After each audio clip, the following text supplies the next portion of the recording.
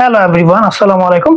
সুপ্রিয় চাকরিজীবী ভাই বোন সিনিয়র জুনিয়র সবাইকে স্বাগত জানাচ্ছি আজকের এই এপিসোডে। আজকে মূলত আলোচনা করব নবম জাতীয় পে স্কেল বা আসন্ন যে নবম জাতীয় পে স্কেল নিয়ে যে নবম পে কমিশন গঠিত হচ্ছে, সেই পে কমিশন নিয়ে যে নানা জটিলতা তৈরি হচ্ছে বা কি জটিলতা তৈরি হইতে পারে, এবং যে আলোচনা সমালোচনা হচ্ছে বিভিন্ন গ্রেডে কত টাকা পে স্কেল হচ্ছে, কত টাকা সর্বনিম্ন এবং সর্বোচ্চ কত টাকা পে স্কেল হচ্ছে, এটি নিয়ে বিভিন্ন পত্র পত্রিকা টিভি নিউজগুলোতে বিভিন্ন রকম নিউজ হচ্ছে এবং বিভিন্ন সোশ্যাল মিডিয়াতে এগুলো নিয়ে বিভিন্ন রকম আলোচনা গুঞ্জন শোনা যাচ্ছে। তো আজকে মূলত সেদিকে নিয়ে কিছু বিষয় নিয়ে আপনাদের সামনে আলোচনা করব। তো আশা করি ভিডিওতে শেষ পর্যন্ত দেখবেন। সো চলুন শুরু করি আজকের আমাদের এই এপিসোড।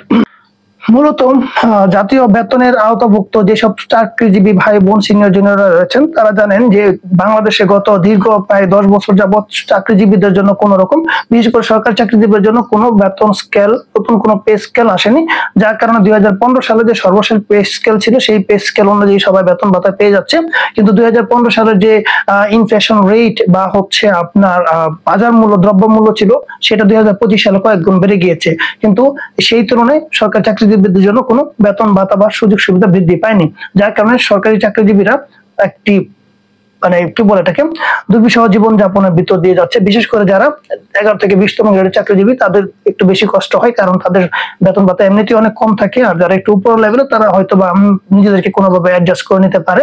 তো যাই হোক, ওইটা আমার ফ্যাক্ট না। ফ্যাক্ট হচ্ছে, যেহেতু বাংলাদেশের ইতিহাসে এত লম্বা সময় কখনো পে স্কেল বিহীন ছিল না, বাট এখন বর্তমান অন্তর্বর্তী সরকার একটা উদ্যোগ নিয়েছে, নবম পে স্কেল দেওয়ার জন্য একটা পে কমিশন গঠন করা হয়েছে এবং খুব শীঘ্রই সেই পে কমিশনের মেয়াদও শেষ হতে যাচ্ছে। তো এর ভিতরে আপনারা জানেন যে আগামী ফেব্রুয়ারিতে বর্তমান সরকার একটি আলটিমেটাম দিয়েছে যে বাংলাদেশে জাতীয় সংসদ নির্বাচন অনুষ্ঠিত হতে যাচ্ছে। তো সরকারি চাকরিজীবী বিভিন্ন যে সংগঠন, ফোরাম, তাদের দাবি এই নির্বাচনের আগেই যেন এই নবম পে স্কেল ঘোষণা করা হয় এবং সেটা আগামী 2026 সালের জানুয়ারি মাস থেকে যেন সেটা কার্যকর করা হয়। কারণ কার্যকর না হলে ঘোষণার মধ্যে সীমাবদ্ধ থাকলে হবে না। তো পরবর্তীতে নির্বাচনের পরে যদি সরকার চেঞ্জ হয়, তখন সেটা নিয়ে আবার বিভিন্ন রকম জটিলতা তৈরি হতে পারে।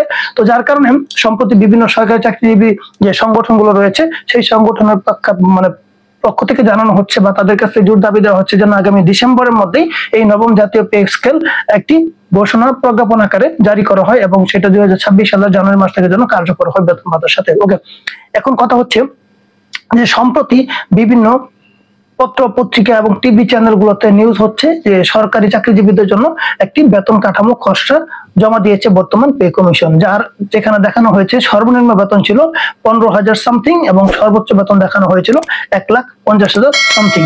ওকে, এখন এখানে কথা হচ্ছে, যদি সর্বনিম্ন বেতন হয় 15,000 সামথিং এবং সর্বোচ্চ যদি হয় 1,50,000 উপরে, তখন সেই যে গ্রেড যে রেশোটা, বেতনের যে রেশোটা, সে কিন্তু আমি হিসাব করে দেখেছি যে 1:10 হয়ে যাচ্ছে প্রায়, অর্থাৎ অলমোস্ট 1 গুণ। যদি সরকারি কর্মচারীটা যদি সর্বনিম্ন যে 20তম গ্রেড, সে যদি 1 গুণ বেতন পায়, তাহলে যে প্রথম গ্রেডের একজন কর্মচারী সে পাবে 10 গুণ। তো এই যে বৈষম্যটা, এই বৈষম্যটা দূর করার জন্য কিন্তু প্রায় গত 10 বছর যাবত সরকারি কর্মচারী যে বিভিন্ন সংগঠনগুলো আছে, তারা কিন্তু দীর্ঘদিন ধরে একটি আন্দোলন, একটা প্রতিবাদ, বিভিন্ন রকম সভা সমাবেশ মিটিং করেছে যেন এই বৈষম্যটা অনেকটা কমিয়ে আনা হয়। যদি এই বেতন বৈষম্য তৈরি করে কমানো না হয়, তাহলে কিন্তু যে নিচের শ্রেণীর যে কর্মচারী আছে, তারা কিন্তু সেই যে কষ্টে দিনানিপাত, সেটা কিন্তু তাদের রয়েই যাবে। কারণ একটা প্রথম শ্রেণী কর্মকর্তা, সে অনেক রকম সুযোগ সুবিধা পায়, যার কারণে তার কিন্তু এত অভাব অনটন থাকে না। তো সুতরাং তার যদি 2 টাকা কম বেশি হয়, সেক্ষেত্রে কিন্তু খুব একটা তার লাইফে প্রভাব পড়বে না। কিন্তু একটা নিচু শ্রেণী বা বিশেষ করে আমি যদি কর্মচারী শ্রেণী নিচে বলবো না, সরি দুঃখিত, আমি যদি 20তম থেকে বা 11 থেকে 20তম গ্রেডের কর্মচারীর কথা বলি, তাদের বেতন ভাতা কিন্তু খুব একটা বেশি ডিফারেন্স না। বেসিকটা দেখবেন যে 500 টাকা, 200 টাকা, 300 টাকা এরকম, আর উপরে দেখবেন যে 10,000, 20,000, 50,000 টাকা পার্থক্য। তো যেখানে 10,000, 20,000 টাকা পার্থক্য, সেখানে এখানে 200-300 টাকা পার্থক্য। 200-300 টাকা, 500 টাকা একজন বেতন খুব একটা বেশি যে পার্থক্য বাড়ে এরকম না। তো এটা একটা গুঞ্জন ছিল। পরবর্তীতে পে কমিশনের কেউ একজন বলেছে যে এটা আসলে হচ্ছে একটা গুজব, রিউমার। তো ধরে নিলাম একটা গুজব, রিউমার, কিন্তু যদি আসলে বাস্তবে এরকম একটা রেজাল্ট হয়, পে স্কেল ঘোষণা হয়, তাহলে সেটা কি হবে? কর্মচারীরা তখন কি করবে? অবশ্যই কর্মচারীদের কি করা উচিত? এটাকে প্রতিহত করার জন্য পূর্ব পরিকল্পনা করা উচিত। কারণ না হলে কিন্তু দিন শেষে কর্মচারী অনেক ঠকবে এবং হচ্ছে তারা সেই আবার কষ্টের ভালনারেবল একটা জীবন লাইফ লিড করতে হবে। এটা আমি আপনাদেরকে আগে বলে দিলাম। আর এটা নিয়ে কিন্তু বিভিন্ন রকম মহল চেষ্টা করবে যে কর্মচারীরা যেন কম পায়, কারণ উপরে মহল অবশ্যই চাইবে না যে কর্মচারীদেরকে বেশি দিয়ে তারা কম নেবে। এটা বাংলাদেশের নজির নেই। তো কর্মচারীদেরকে সচেতন থাকতে হবে, সাবধান থাকতে হবে। তাদেরকে যদি এইরকম 10,000, 15,000 বা 20,000 টাকার নিচে চাপিয়ে দেওয়া হয় একটা নতুন কম মানে বেসিক, তারা যেন সেটা মানে প্রতিহত করার জন্য একটা পূর্ব প্রস্তুতি নিয়েই রাখে। কারণ যদি একজন প্রথম শ্রেণী কর্মকর্তা, বিশেষ করে প্রথম গ্রেড একজন কর্মকর্তা যদি 1,50,000 টাকা বা তার বেশি পায় বেসিক থাকে, তো তার বেতন হবে কয়েক লাখ টাকা। আর একজন যদি 15,000 টাকা বেসিক থাকে, তার বেতন হবে সর্বোচ্চ 20-30-40,000 টাকা। তো সে দিন শেষে, আর সবচেয়ে গুরুত্বপূর্ণ বিষয় যেটা, সেটা আমি আপনাদেরকে বলি, এই যে আপনি 2026 সাল থেকে যদি পে স্কেল নতুনটা কার্যকর হয়, অর্থাৎ জানুয়ারি 2026 সাল থেকে আপনি নতুন বেসিকে যদি বেতন পান, আপনি কিন্তু এই যে খুশি হয়ে যাবেন। কারণ যে আপনি ভাববেন আমার 10,000 20,000 টাকা বেতন বেড়ে গেছে, কিন্তু আপনাকে এইটা মাথায় রাখতে হবে, এই যে নতুন পে স্কেলটা পাচ্ছেন, এই যে বর্তমান যে ইনফ্লেশন রেট এই অনুযায়ী পাচ্ছেন, কিন্তু আপনাকে এই বেতন দিয়ে কমপক্ষে 5 থেকে 10 বছর চলতে হবে। কারণ এই নতুন পে স্কেলের পরে আবার যে নতুন যে পে স্কেল হবে, সর্বনিম্ন 5 থেকে 10 বছর লাগবে, এবং আদৌ তার ভিতরে হবে কিনা এই গ্যারান্টি আমি আপনারা কেউ দিতে পারবেন না। কারণ তখন পরিস্থিতির উপর ডিপেন্ড করবে। এই দেখেন, গত সর্বশেষ 10 বছর কোনো স্কেল আসেনি। তো এখানে কেউ কিন্তু কিছু করতে পারেনি। সরকার যদি না দেয়, কারো কিছু করার থাকে না। এটা আমরা প্রমাণিত যে গত 10 বছর বিগত সরকার দেয়নি, কেউ কিন্তু কিছু করতে পারেনি। বিভিন্ন মিটিং মিছিল সমাবেশ আন্দোলন হয়েছে, একটাও কিন্তু কেউ বাড়াতে পারেনি। তো এইটা আপনাকে বিবেচনা রাখতে হবে যে আগামী 10 বছর, 5 থেকে 10 বছর যে বাজার মূল্য হবে, সেই অনুযায়ী কিন্তু একটা সর্বনিম্ন বেসিক আপনাদেরকে পে কমিশন প্রতি আমার রিকোয়েস্ট থাকবে, ওই স্থাপন করে যেতে হবে, যাতে এই যে বর্তমানে 2026 সাল থেকে যে বেতনটা পাবে নতুন পে স্কেলে, সেই জন্য 2030 সাল পর্যন্ত যেন এই বেতন দিয়ে খুব সুন্দর করে বাজার করে 6 জনের সংসার চালাতে পারে, সেভাবে আপনার একটা পে স্কেল তৈরি করবেন। এটা আমাদের রিকোয়েস্ট থাকবে। কারণ আপনি চিন্তা করবেন 2026 সালে 1 কেজি আলুর দাম 20 টাকা, 2030 সালে সেটা যে 100 টাকা হবে না, সেই গ্যারান্টি কে দেবে? এবং তখন যদি 100 টাকা দিয়ে আমাকে আলু কিনতে হয়, তো ওই যে 80 টাকা বাড়তি কিন্তু আমার নিজের বেতন থেকে যাবে, সরকার কিন্তু আমাকে একটা টাকাও দিবে না। সুতরাং পে কমিশনের প্রতি রিকোয়েস্ট থাকবে যে আপনারা সর্বনিম্ন 6 জনের সদস্যের একটা পরিবারের সর্বমোট খরচ কেমন হতে পারে মাসে, সেইভাবে আপনারা নির্ধারণ করবেন। বর্তমান এবং আগামী 5 বছরে বাংলাদেশের ইনফ্লেশন রেট বা মুদ্রাস্ফীতি বা দ্রব্যমূল্য এইগুলো অ্যানালাইসিস করে কিরকম থাকতে পারে, সেইভাবে সর্বনিম্ন একটা পে স্কেল আপনারা দেওয়ার চেষ্টা করবেন। এবং সর্বোচ্চ, যাক সমস্যা নাই, আর যে রেশোটা আছে, এই যে 1:4 সবাই দাবি করতেছে, আপনারা 1:10 দিন, আপনি সেটা আমাদের রিকোয়েস্ট, চেষ্টা করবেন অ্যাটলিস্ট এমন একটা মানে রেশোটা মাঝামাঝি রাখার জন্য, যাতে একটা বৈষম্য তৈরি না হয়। হ্যাঁ, কর্মচারী এবং কর্মকর্তাদের মধ্যে কোনো যেন গ্যাপ না থাকে, এবং তাদের মধ্যে একটা বিদ্বেষমূলক যেন কি বলে এটাকে সম্পর্ক তৈরি না হয়, একটা সুসম্পর্ক যেন সবার মধ্যে থাকে। এই দেশটা আমাদের সবার, কর্মকর্তাদেরও, কর্মচারীদেরও, এবং সবাইকে মিলে কিন্তু সরকারের সেবা দেয় এবং দেশের সেবা সবাই নিয়োজিত।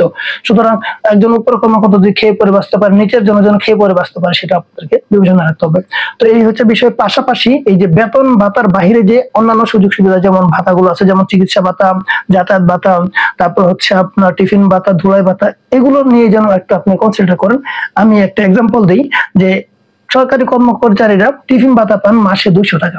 মাসে 200 টাকা যদি হয়, আপনি চিন্তা করেন 1 মাস মানে 30 দিনে 200 টাকা পাচ্ছেন। আপনি যদি বর্তমানে বাজারে আপনি যদি অফিস শেষে একটু নাস্তা করতে যান, 2টা সিঙ্গারা খেলে লাগে 20 টাকা, আর সিঙ্গারের সাথে যদি আপনি হাবিজাবি এক কাপ চা খায় 30-40-50 টাকা চলে যায়। সেই ক্ষেত্রে আপনি এই 200 টাকা মাস দিচ্ছেন। ধরলাম মাসে 30 দিন অফিস থাকে না, 22 থেকে 20-22 দিন অফিস থাকে, 22 দিনও যদি চলতে হয়, হ্যাঁ, তো আপনি চিন্তা করেন একটা এই 200 টাকা মাসে কত টাকা পড়ে? 6 থেকে, যদি 30 দিন হিসাব করি 6 টাকা সামথিং, আর যদি 22 দিন হিসাব করি 9 টাকার কাছাকাছি হয়। তো 9 টাকাতে 5-10 টাকাতে একটা মানুষ কি খাবে? সরকারি চাকরিজীবীরা, মানুষ রেস্টুরেন্টে গেলে বা দোকানে গেলে এক কাপ চায়ের দামই তো আমার হচ্ছে গেলে 10 টাকা লাগে। তো সেই ক্ষেত্রে আপনার টিফিন ভাতাটা একটু মানে সময় উপযোগী বা যুগোপযোগী একটা সিদ্ধান্ত নেবেন, যেন বর্তমান সময়ের সাথে প্রেক্ষাপটের সাথে সামঞ্জস্যপূর্ণ হয়। হ্যাঁ, যাতায়াত ভাতা 300 টাকা, 300 টাকাতে যাতায়াত ভাতা 1 মাস আপনি কোথায় যাবেন? হ্যাঁ, ঢাকা শহরে হয়তো বা লোকাল বাসে গেলেও যদি আমি ঝুলে যাই তো হবে না। আর গ্রামাঞ্চলে তো এত আর বেশি থাকে, কারণ সিএনজি ভাড়া, রিক্সা ভাড়া এগুলো সহজে পাওয়া যায় না, যার কারণে ভাড়া আরো বেশি লাগে। তো এগুলো আসলে একটু অ্যামেন্ডমেন্ট এমন ভাবে করা উচিত যেন একটা যুগোপযোগী হয়। আগামী 5 বছর জন্য বা 10 বছর জন্য এই টাকা দিয়ে আমরা সুন্দরভাবে অনায়াসে মানে চলাফেরা করতে পারি। হ্যাঁ, ধুলাই ভাতা 200 টাকা, এটাও আসলে অনেক কম, বা 300 টাকা। কারণ হচ্ছে কি, আমি যদি একটা কাপড় আয়রন করতে যাই, শুধু আয়রন করলে 10 টাকা রাখে, ওয়াশ করতে দিলে তো 30-40 টাকা লাগে। সো এই সবকিছু যেন একটা মানে কম্বিনেশন, একটা সুন্দর একটা প্যাকেজ হয়, এবং বিভিন্ন যে সংস্থা বা সরকারি যে দপ্তর বা হচ্ছে বাহিনী থেকে যে একটা পে স্কেলের জন্য যে একটা ডিমান্ড দেওয়া হয়েছে, চাহিদা দেওয়া হয়েছে, সেখানে আমি দেখেছি যেমন বিমান বাহিনী মনে হয় সর্বনিম্ন দিয়েছিল 36,000 টাকা, বিজিবি দিয়েছিল 40,000 টাকা, তারপর অনেক অন্যান্য আমাদের যে কর্মচারী ফোরাম থেকে দেখলাম যে 35,000 টাকা, কেউ দিয়েছে 32,000 টাকা, কেউ দিয়েছে 25,000 টাকা। তো আমার কথা হচ্ছে এই যে সবসময় নিচের দিকটা খেয়াল রাখতে হবে, উপর তো এমনিতে তারা বেশি পাবে, জানা হতে। তো এমন একটা দিতে হবে যেন আগামী 5 বছর সে অনায়াসে চলতে পারে। আপনি চিন্তা করেন 2015 সালের পরে যদি 2020 সালে একটা পে স্কেল হতো, তাহলে সর্বনিম্ন 8,000 থেকে 250 থেকে অবশ্যই 14-15,000 টাকা হতো। তো 25 সালে এসে সেটা অবশ্যই 20 থেকে 30,000 টাকা হতো। তো এখন এই যে 10 বছরের গ্যাপটা যেন পূরণ হয় এবং লসটা যেন পুষিয়ে উঠতে পারে সরকারি কর্মচারী, সেদিকে যেন সবাই সোচ্চার থাকে। এবং পাশাপাশি পে কমিশনের প্রতি আমাদের রিকোয়েস্ট থাকবে যেন আমরা ওইভাবে একটা মানে কনসিডার করেন, হ্যাঁ, সবার দিকটা যেন সুন্দরভাবে বিবেচনা থাকে। কারণ আপনারা অলরেডি জনগণের মতামত নিয়েছেন, সুশীল সমাজের বা সাধারণ জনগণের, চাকরিজীবীদের, বিভিন্ন সংগঠনের মানুষের মতামত নিয়েছেন। আশা করি সবাই তাদের কষ্টের কথা সেখানে আপনাদের সামনে উপস্থাপন করেছে। তাদের সেই মতামতগুলো আপনারা জাস্টিফাই করার চেষ্টা করবেন, অ্যানালাইসিস করে দেখবেন যে পার্সেন্টেজে কত পার্সেন্ট আছে, কিভাবে দেওয়া যায়।